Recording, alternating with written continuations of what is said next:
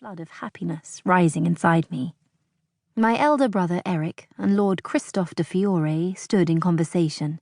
Both men wore chain armour and swords. Several servants bustled about, pouring mugs of ale. As I came through the door, Eric's face broke into a smile, and he called out, "Nicole!" I ran to him. Well over a head taller, he swept me up in both arms, lifting my feet off the ground. Our father was a tall man with solid bones, straight red blonde hair, pale skin and blue eyes.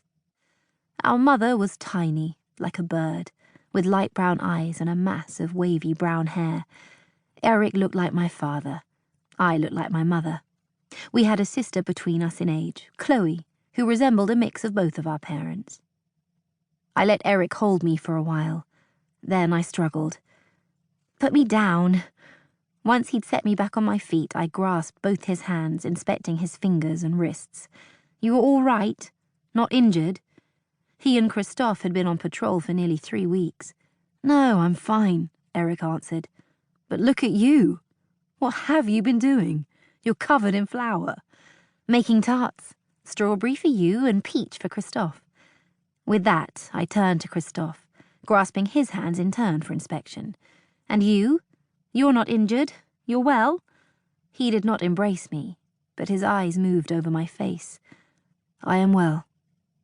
Though both men were tall, Christophe de Fiore was a sharp contrast to my brother.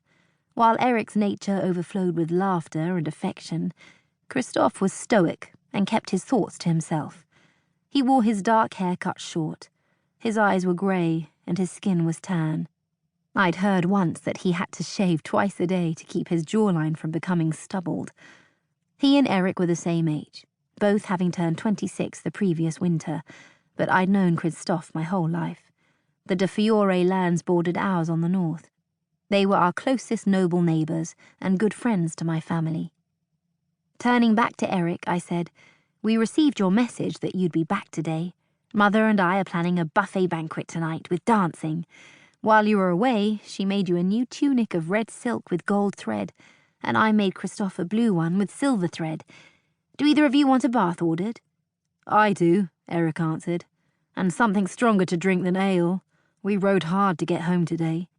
"For goodness sake," I said, "don't start drinking spirits until after dinner. You know Mother doesn't approve." Flashing a grin, he was about to answer when the door opened again, held by one of our guards, and our sister, Chloe, walked in with the regal grace of a princess. I smiled at her, but she merely nodded in return, which is what I expected. Chloe was the loveliest young woman I'd ever seen. She'd inherited our father's height and colouring, but our mother's small features and slender bone structure. Her long blonde hair hung down her back, and she tended to dress in narrow silk gowns of green or amber.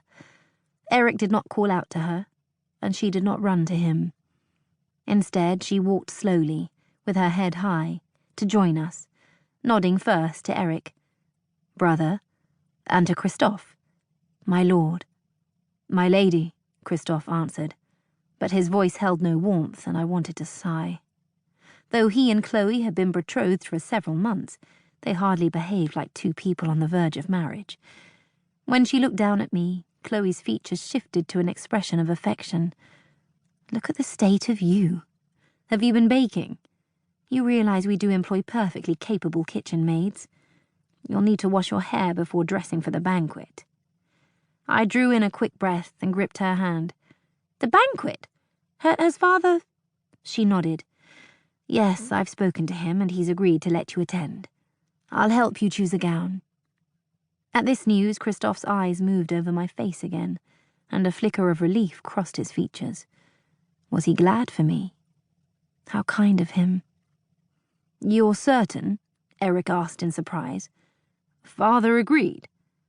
"Yes," Chloe answered, "but it did take a little convincing. The way he treats her is absurd. Nicole is hardly a child." "Well, I'm well aware of that," Eric said. Both happiness and nervousness rose up in my chest. This would be my first buffet banquet with dancing. As I was the youngest of my father's children, and I looked like a copy of my mother, my father had not bothered to hide his favour of me. Unfortunately, this favour had also caused him